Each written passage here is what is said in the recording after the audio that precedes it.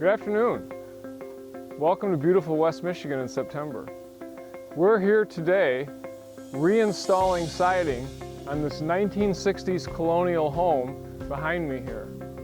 What we're taking off is old aluminum siding that was put on the house when it was originally built. The paint on the siding is all chalky. It's letting off on our hands and our clothes as we're removing it. We're replacing it with TruCedar steel siding from Quality Edge. This TruCedar steel siding comes with a Sunmaster 50 finish, which gives you a 50-year warranty on manufacturing defects and finish. And this new wood grain look is going to give this home lasting beauty for another 60 to 75, 80 years. So we're here today installing the brand new TruCedar steel siding from Quality Edge with the Sunmaster 50 finish. The TruCedar color we're installing today is Rocky Tundra. As you can see, it's a nice muted gray wood grain. I don't know how well close up of this you can see the wood grain patterns here, and it looks just like stained real cedar. But what we're going to show you here right now is this detail on the bottom of this bay window. You notice we have a couple of 22.5-degree angles right here. Now the manufactured corner post that comes from Quality Edge for TruCedar steel siding comes with a 90-degree bend here.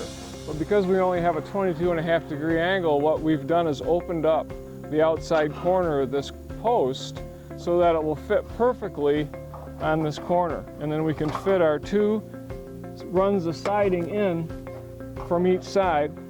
So the way I'm going to do this is I'm going to install it after I've opened it up. I'm going to nail it at the top first, and then put a level on each side to make sure that I'm square coming down. We're starting at the bottom of this wall here, and this is my 4-inch steel starter strip. And as you can tell, if you look over here, here's the bottom of my framing, but my starter strip is actually lower. So what I've done is I've dropped the bottom edge of my starter strip 1 inch below the top of the concrete wall. And I do that so that water coming down the siding can't make its way sideways across the top of the wall and get into the basement. So by coming down over the top of the concrete wall 1 inch, which I'm allowed to do because I have such a nice thick starter strip here, I can create a drip cap effect at the top of the concrete wall.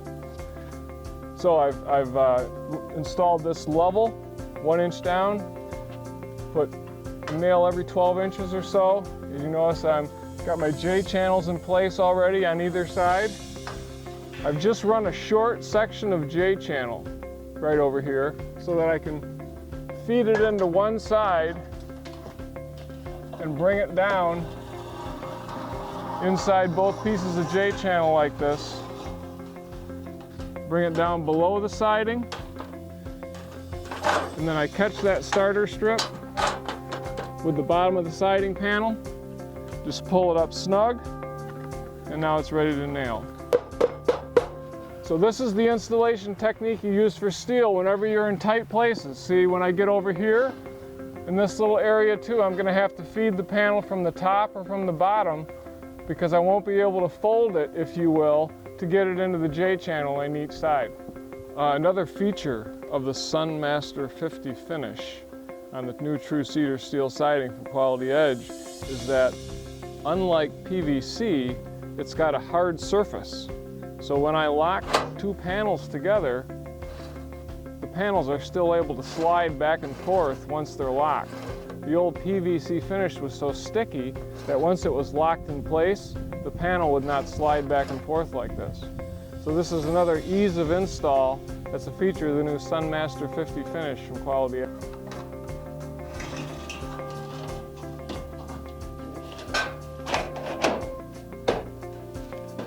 So you notice here just a minute ago I slid this panel down through the two pieces of J channel on both ends. I slid it down past the nail flange of the panel below. Once I got the bottom edge of the panel below, I pulled it back up and it kind of popped in there. Now it's in there so snug I can actually let go of it to reach my hammer and my nail to fasten it. So what I got, I'm working in a real tight area right here next to my chimney, and I got an outside corner of the house right here So I'm just running about little 3-foot pieces in here. I just want to point out a couple of things. First of all, you can see how we floated the J channel off the house, and that's because there was a little concave area here where there was some water damage. So we ran this J channel straight down next to the chimney, and because this steel siding is so nice and rigid, we're just going to be able to float the panels right across that gap and straighten the wall back out. The advantage of steel is that it's nice and rigid, and you can flatten out a wall that's got indentations or areas where it's popping out. So I'm just going to slide this panel down here. Start at the top, feed it into both pieces of J channel, and the reason I can cut it that tight again is because remember, steel siding only expands and contracts 1/16 of an inch for every 100-degree swing in temperatures. Vinyl will expand and contract about 3/4 of an inch. So I get down here to the top of my last piece, I just pop it over that nail flange like that, and then I bring it up and let it snap into place. Once I've got it in place, I can actually let go of it. I got my little magnetic torpedo level here, so I can check it for level. If I need to make any kind of little adjustments here or there, I can even tilt it side to side and keep it locked in. So what I'm going to do is make a slight adjustment here, drop this outside corner a little bit to get it level. Make sure I'm nailing into a stud.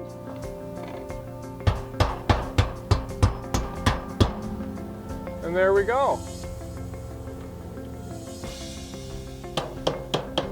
What I'm going to show you here is how to cut a panel with a radial arm saw.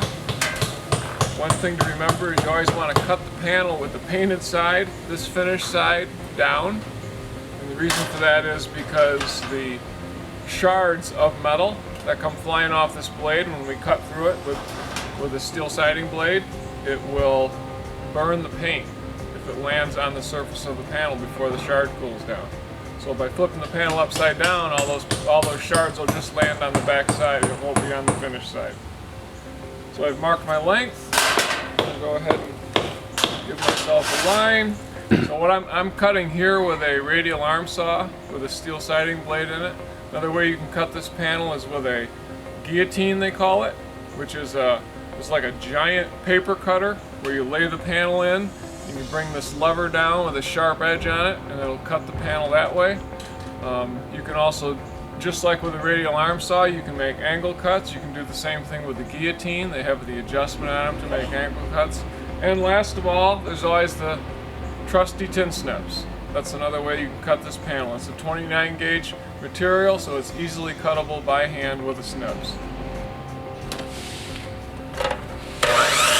Well, as you can see, we've worked our way up to the window here, and I got my J channel already installed on this side of the window. And as you can see, I put a little piece of flashing tape right here at the bottom of my J channel, and the reason I did that is so that the water running down this J channel, which I know you can't see on the camera, the water running down this J channel will come out on top of this piece of siding, and it'll come out of the weep holes in the bottom of this panel.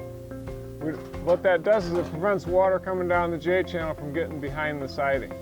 So I've cut this to fit, and as you can see, I've cut it so that my joint is going to be about halfway under the window, which will make it the least visible. I'm going to fit it under the bottom here.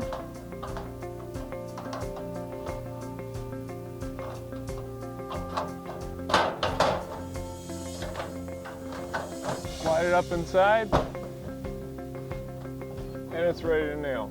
Because we're not going to wrap this brick mold around these windows, we're just going to put J channel right up against it.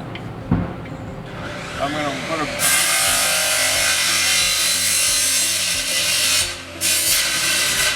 I'm putting a Beta clear sealant in the corner here so that I can nest the back of my J channel into the sealant. And that'll prevent any water from getting in between the J channel and the wood brick mold. If I was going to wrap the wood channel, the wood casing around the window, I wouldn't need to do this. So as you can see, the bottom of my J channel, I've cut my back flap right there. That's going to fit right into this little slot here.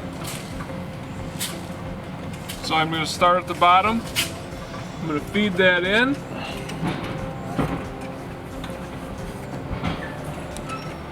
That way the water coming down the channel doesn't get behind the J channel on the bottom. So I'm going to feed that in first. You see I got my window tape that brings it out into the weep hole of the siding panel that's going to go on next. I just push it into my caulk and I'm ready to fasten it.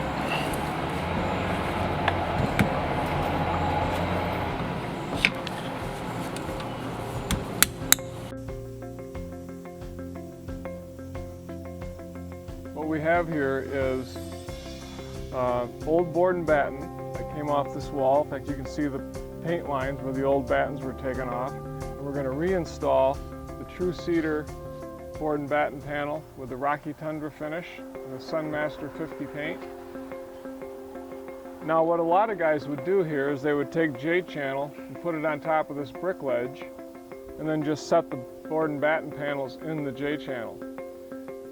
There's two reasons why I would rather use a brick ledge trim like this piece right here instead of J channel. One is that if I put J channel here, the J channel pocket and the two battens create a little area where the debris is going to collect.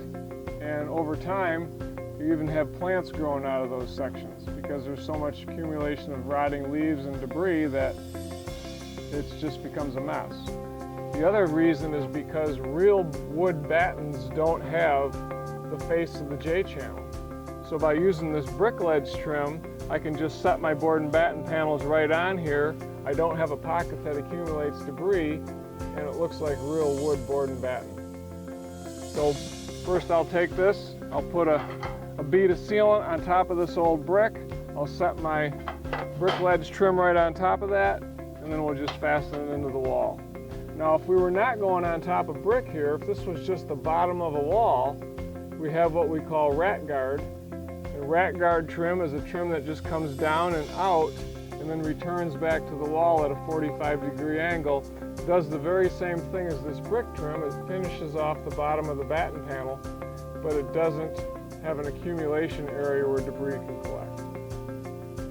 So it's late Friday afternoon and we are ready to pack it in. It's been a tough week. But we love hanging Sunmaster 50's TruCedar steel siding from Quality Edge. What we're going to do here is put on one more piece of board and batten before we close it up. But before I do that, I just want to point out a couple things. You remember earlier I talked about the advantage of not putting J channel on the bottom when you run board and batten siding. You know, the debris gets in there and clogs. Plus it doesn't look like real board and batten because you see the J channel. A third advantage is look how easy it is to install a panel. All I do is slide it up into the top, push it up over my drip cap or my rodent guard, snap it into place, and I'm ready to nail it. Whereas if I had a J channel here and a J channel there, I'd have to fit the panel in between them, and then I'd have to compromise my fit on the top or the bottom because I'd have to decide where I wanted to fit the best. Here I can get it to fit snug both top and bottom. One last thing I want to show you. This is a quality installation trick with Sunmaster 50 TruCedar steel siding from Quality Edge. As we came around this window, you'll notice that the batten didn't land on the edge of the window. See, over here we had a batten right in my J channel, but over here I didn't have a batten. So all we did is we just oversized the panel and bent it out 3/4 of an inch. It gives us a nice straight edge inside that J channel. Plus, when you look inside, you can see the wood grain finish Sunmaster 50 from Quality Edge. Have a great weekend.